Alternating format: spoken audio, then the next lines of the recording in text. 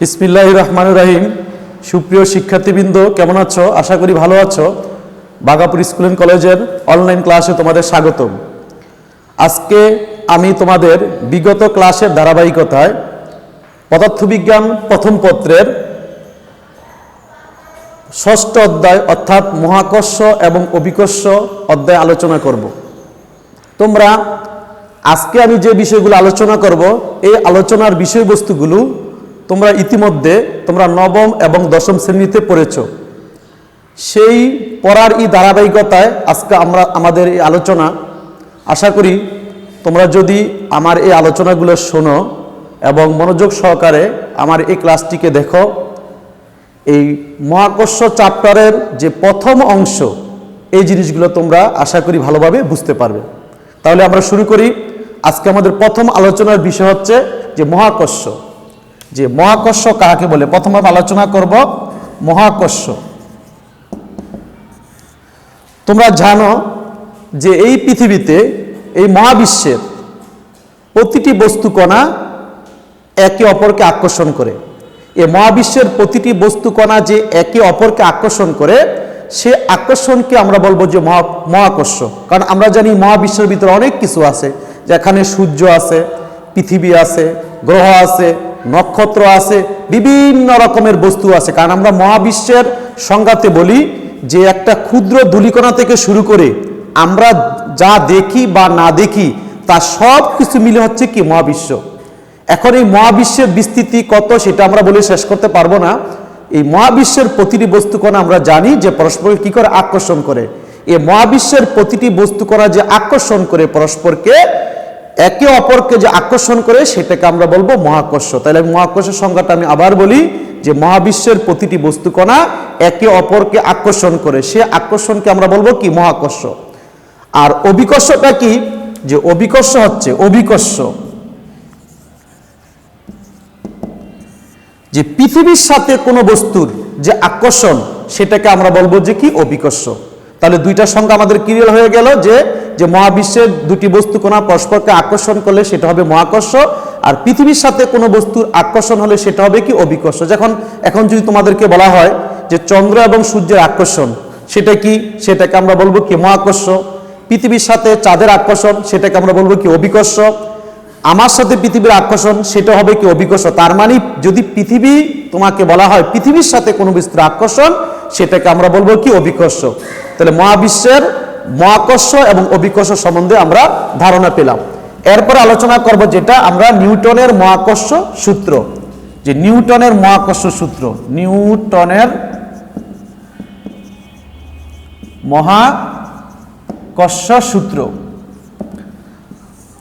তোমরা জানো যে বিজ্ঞানী কেপলার যে গ্রহগতি সম্বন্ধে 3টি সূত্র প্রদান করছেন।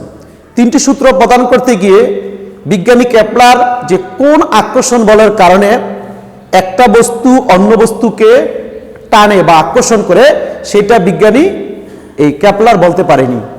তখন বিজ্ঞানী নিউটন এই মহাকর্ষ সম্বন্ধে যে আকর্ষণের কারণে দুটি বস্তু পরস্পরকে আকর্ষণ করে, সে মহাকর্ষণ যে আকর্ষণের সূত্রটি তিনি কি করলেন? আবিষ্কার করলেন।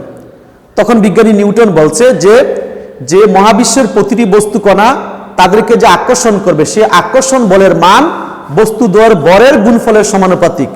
একটা বলছে দূরত্বের বর্গের ব্যস্তানুপাতিক, আর বলছে যে বলটা সংযোজ সরলরেখা বরাবর ক্রিয়া করবে। যদি আমরা দুটি বস্তু চিন্তা করি, যে মনে করলাম এ একটি বস্তু, যে এই বস্তুটার ভর আমরা বললাম m1, এই বস্তুটার ভর আমরা বললাম কি m2। এখন যদি তারা পরস্পরের মধ্যবর্তী দূরত্ব যদি d হয়, তাহলে নিউটনের মহাকর্ষ সূত্র হিসেবে আমরা বলবো যে কি, যে F সমানুপাতিক m1 m2। আরেকটা আমরা বলবো কি F সমানুপাতিক 1/d²। তার মানে আমাদের প্রথম অংশটা কি, যে দুটি বস্তুর আকর্ষণ বলের মান বলছে যে বস্তুটি ভরের গুণফলের সমানুপাতিক। একটা বললাম কি দূরত্বের বর্গের ব্যস্তানুপাতিক। এখানে একটা জিনিস লক্ষণীয়, যে মহাকর্ষ বল কিন্তু কখনো বিকর্ষণধর্মী হয় না। যেমন আমরা তড়িৎ বল এবং চুম্বক বল যখন আমরা বলছিলাম যে দুটি সমধর্মী চার্জ পরস্পরকে আকর্ষণ করে, বিপরীতধর্মী হলে সমধর্মী চার্জ পরস্পরকে কি বলে? বিকর্ষণ করে। বিপরীতধর্মী চার্জ হলে পরস্পরকে আকর্ষণ করে। ঠিক চুম্বকের ক্ষেত্রে আমরা বলেছিলাম যে যদি চুম্বকের দুটি মেরু সমমেরু পরস্পরকে বিকর্ষণ করবে, বিপরীত মেরু আকর্ষণ করবে, তার মানে চুম্বকের ক্ষেত্রে এবং তড়িতের ক্ষেত্রে আমরা বললাম যে এখানে আকর্ষণ ধর্ম আছে, বিকর্ষণ ধর্ম আছে, কিন্তু এই মহাকর্ষের ক্ষেত্রে কিন্তু আমরা বিকর্ষণ কথাটি এখানে আনিনি, কারণ এখানে মহাকর্ষের ক্ষেত্রে মহাকর্ষ বল হচ্ছে আকর্ষণধর্মী। এজন্য বিজ্ঞানী নিউটন বলছে যে দুটি বস্তু পরস্পরকে যে বলে আকর্ষণ করবে, তাহলে সে আকর্ষণ বলের মানটা কি? বরের গুণফলের সমানুপাতিক। কথাটা অর্থ কি? যদি বস্তু দুটির মধ্যে ভর বেড়ে যায়, আকর্ষণের মান বেড়ে যাবে, বল কমে গেলে আকর্ষণের মান কমে যাবে। এরপর হচ্ছে কি? দূরত্বের বর্গের ব্যস্তানুপাতিক, তার মানে দূরত্ব আর বল পরস্পরের কি বিপরীত। কথাটা অর্থ হচ্ছে যে দুইটা বস্তু যদি অনেক দূরে থাকে, তাদের ভিতরে যে আকর্ষণ বল হবে, যদি আমি কাছে আনি তাহলে আকর্ষণ বলের পরিমাণ কি করবে? আরো বাড়বে। আর যদি কাছে থাকে, যে আকর্ষণ পরিমাণ হবে, যদি আমি দূরে বস্তু দুটি ঠেলে দেই তাহলে আকর্ষণের পরিমাণ কি কমে যাবে। তাহলে আমরা বলতে পারলাম যে কি, যে আকর্ষণ বলের মান বস্তু দুটির ভরের গুণফলের সমানুপাতিক, দূরত্বের বর্গের ব্যস্তানুপাতিক। আরেকটা কথা বলছে যে আকর্ষণ বলটা একটা সরল রেখা বরাবর কি করবে? ক্রিয়ার করবে, যেটা বিজ্ঞানী কেপলার বলতে পারি না। এখন দুইটা সূত্র যদি আমরা একসাথে মিলিয়ে লিখি তাহলে সূত্রটা কি দাঁড়ায়? আমরা বলতে পারি এফ সমানুপাতিক m1 m2 ডিভাইডেড বাই কত? D square. এখন সমানুপাতিক চিহ্ন উঠলে একটা কি আসে? ধ্রুবক আসে, সেটাকে আমরা বলবো এফ সমান জি m1 m2 ডিভাইড বাই কত? D square. এই জিটাকে বলা হয় মহাকর্ষীয় ধ্রুবক। যেটাকে কি বলা হয়? মহাকর্ষীয় ধ্রুবক। তোমরা একটা জি সম্বন্ধে কি আছে? পরিচিত আছো, সে জিটা হচ্ছে অভিকর্ষ ত্বরণ, আর এই জি কে বলা হয় কি? মহাকর্ষীয় কি ধ্রুবক। তাহলে আমরা নিউটনের মহাকর্ষ সূত্রটা যদি আমরা বলি, তাহলে আমি আবার বলি, নিউটনের সূত্রটা কি হবে? যে দুটি বস্তু পরস্পরকে যে বলে আকর্ষণ করবে, তা বস্তুর বরের গুণফলের সমানুপাতিক, দূরত্বের বর্গের ব্যস্তানুপাতিক, এবং এই আকর্ষণ বল সংযোজক সরল বরাবর ক্রিয়া করবে। সে গাণিতিকভাবে সেই সূত্রটা হবে এফ সমান জি m1 m2 বাই কত? D square. এখানে এফটা হচ্ছে বস্তু দুটির মধ্যে আকর্ষণ বল, আর জি হচ্ছে মহাকর্ষীয় ধ্রুবক, m1 m2 হচ্ছে দুটি বস্তুর ভর, এবং ডি হচ্ছে কি? পরস্পরের কি? তাদের মধ্যবর্তী দূরত্ব। এখন আমরা এই জি যে বললাম, এই জি কে কি বলা হয়? যেটা মহাকর্ষীয় ধ্রুবক। এখন জি এর কিন্তু আমরা বলছি এর মান কোনো পরিবর্তন হয় না। এই জি এর মান সব ক্ষেত্রে সমান। আমরা জানি যে ছোট হাতের জি, যেটাকে আমরা বলি অভিকর্ষ ত্বরণ, এটার মান কিন্তু বিভিন্ন জায়গায় পরিবর্তন হয়। যেমন পৃথিবীতে মেরু অঞ্চলে একরকম হয়, বিষুবী অঞ্চলে একরকম হয়। পৃথিবী থেকে উপরে গেলে জি এর মান কমে, পৃথিবী থেকে নিচে গেলে জি এর মান কমে। কিন্তু এই জিটা আমরা বলছি জি এর যে মানটা, একটু পরে আমরা জি এর মানটা বের করব, এই জি এর মান অলওয়েজ কি থাকে? সেম থাকে। এই জন্য এই জিটাকে বলা হয় কি? বিশ্বজনীন বা সর্বজনীন ধ্রুবক। তোমাদের পরীক্ষা আসতে পারে যে জি কে সর্বজনীন বা বিশ্বজনীন ধ্রুবক বলা হয় কেন? তাহলে আমরা বলবো যে জি এর মান অলওয়েজ কি? সেম। যেটা এই বস্তুর আকৃতি, প্রকৃতি, বিভিন্ন যে ধর্মগুলো আছে, কোনো কিছুর উপরে কি জি এর মান কি হয় না? পরিবর্তন হয় না। কিন্তু আমাদের এই ছোট হাতের জি অভিকর্ষ, এটা কিন্তু পরিবর্তন হয়ে যায়, উচ্চতার কারণে পরিবর্তন হয়, আকৃতির কারণে পরিবর্তন হয়, এরপরে বলতে পৃথিবীর ঘূর্ণনের কারণে পরিবর্তন হয়, কিন্তু এই জি পরিবর্তন হয় না। এই জন্য এই জি কে বলা হয় কি? বিশ্বজনীন ধ্রুবক।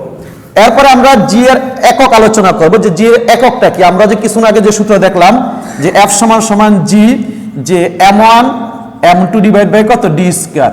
যদি আমরা এখন জি এর সংজ্ঞাতে বলি, যদি এখন আমরা বলি, যদি m1 সমান m2 সমান 1 কেজি হয়, যে দুটি বস্তু নিয়েছি, বস্তু দুটি ভর দিলাম আমরা কয় কেজি? 1 কেজি করে, এবং তাদের মধ্যবর্তী দূরত্ব যদি কি হয়? 1 মিটার হয়, তাহলে যদি উপরে আমরা সূত্রটা কি দাঁড়াবে?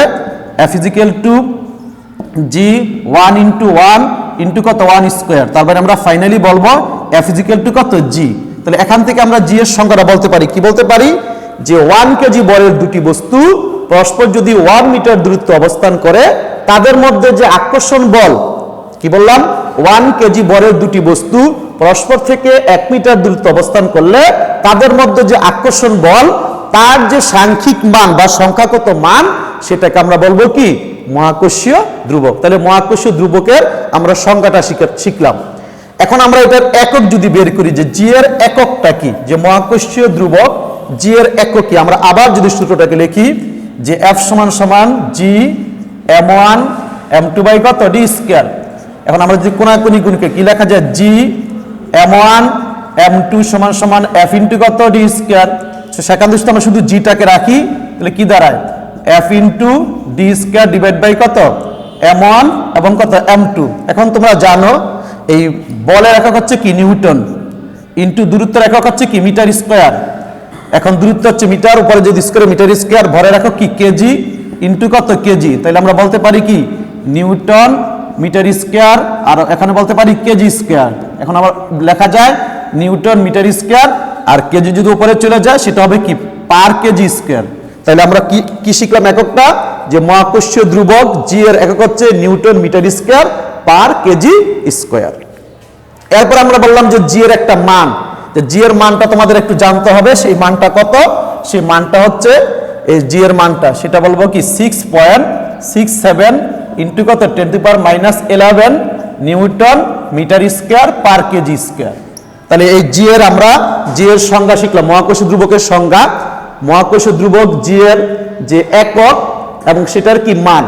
এখন আমরা এই মহাকর্ষীয় ধ্রুবক জি এর মাত্রা সমীকরণ আলোচনা করব। জি এর মাত্রা সমীকরণ, জি এর মাত্রা সমীকরণ।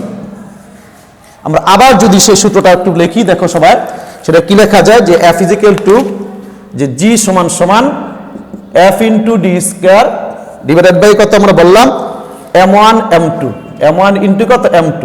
আর মাত্রা সমীকরণ আমরা জানি একটা থার্ড ব্র্যাকেট ইউজ করতে হয়, জি ইজিক্যাল টু কত বলের মাত্রা সমীকরণ, এটাকে আমরা বলি ml t ইনভার্স 2।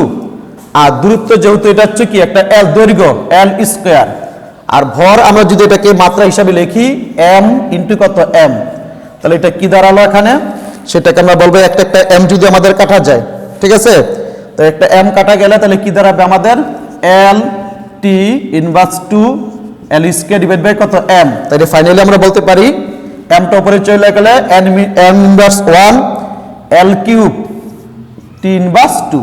তাহলে এই যে সমীকরণটা দাঁড়ালো সেটা হচ্ছে কি আমরা বলবো যে কি যে মহাকর্ষীয় ধ্রুবক জি এর মাত্রা সমীকরণ, জি এর কি মাত্রা সমীকরণ। এখন আজকে যে জিনিসগুলো আমরা আলোচনা করলাম, মহাকর্ষীয় ধ্রুবক, নিউটনের মহাকর্ষ সূত্র, অভিকর্ষ, এরপর আমরা বললাম যে মহাকর্ষ, জি এর সর্বজনীনতা, জি এর সংজ্ঞা, মান, একক সমীকরণ, এই জিনিসগুলো যদি পড়ো তোমরা প্রাথমিকতার জিনিসগুলো শিখতে পারবা। এরপরে যে জিনিসটা আমাদের আসবে যে মহাকর্ষীয় যে অভিকর্ষ স্তরণ, যে অভিকর্ষ স্তরণ জিনিসটা যদি আমরা জানি যে অভিকর্ষ স্তরণটা কি, এটা যে জি, যে আমরা জানি কোনো বস্তুকে যখন আমরা উপর থেকে ছেড়ে দেই তাহলে অভিকর্ষ বলের প্রভাবে এটা নিচের দিকে পড়ে। অভিকর্ষ বলের প্রভাবে যদি কোনো বস্তুর বেগটা প্রতি সেকেন্ডে বৃদ্ধি পায় সেটাকে আমরা বলবো কি অভিকর্ষ স্তরণ। আর অভিকর্ষ স্তরণকে এই জি দ্বারা কি করা হয়, প্রকাশ করা হয়। এটার এককটা আমরা বললাম যে নরমাল এককের মতো আমাদের যে রৈখিক যে ত্বরণ ছিল এর একক কি ছিল মিটার পার সেকেন্ড স্কোয়ার, এটার একক কি মিটার পার সেকেন্ড স্কোয়ার। তাহলে অভিকর্ষ বলের প্রভাবে মুক্তভাবে পরন্ত বস্তুর যে বেগ বৃদ্ধির হার সেটাকে আমরা বলবো কি অভিকর্ষ স্তরণ। এখন এই অভিকর্ষ স্তরণ আমরা কিছুদিন আগে তোমাদেরকে বললাম যে জি এর বরাতের জি, যেটাকে আমরা মহাকর্ষীয় ধ্রুবক, এই মান কিন্তু পরিবর্তন হয় না, এটা মানটা পরিবর্তন হয় না, কারণ এটা আমরা বলছি সর্বজনীন ধ্রুবক। কিন্তু এই যে আমাদের ছোট হাতের জি, যেটাকে আমরা বলি মহাকর্ষ স্তরণ, অভিকর্ষ স্তরণ, সেই অভিকর্ষ স্তরণের মান কিন্তু কি হয় পরিবর্তন হয়। এখন অভিকর্ষ স্তরণের মান পৃথিবীর বললাম যে আকৃতির কারণে পরিবর্তন হয়, পৃথিবীর উচ্চতার কারণে পরিবর্তিত হয়, ঘূর্ণনের কারণে পরিবর্তন হয়। যেমন আমরা বলছি পৃথিবী থেকে উপরে গেলে জি এর মান কমে, পৃথিবী থেকে নিচে গেলে জি এর মান কমে, আমরা প্রমাণ দেখবো আগামী ক্লাসে। এবং পৃথিবীর যখন কেন্দ্রে তুমি চলে যাবে তখন সেখানে অভিকর্ষ স্তরণের মান কি হবে, শূন্য হবে। এখন পৃথিবী থেকে উপরে গেলে জি এর মানটা কিরকম পরিবর্তন হবে, নিচে গেলে কিরকম পরিবর্তন হবে, এই জি এর পরিবর্তন নিয়ে আমরা আগামী ক্লাসে আলোচনা করব। সেই পর্যন্ত তোমরা সবাই ভালো থাকো, তোমাদের সুস্বাস্থ্য ও দীর্ঘায়ু কামনা করে আজকের মতো আমার ক্লাস শেষ করলাম। আল্লাহ হাফেজ।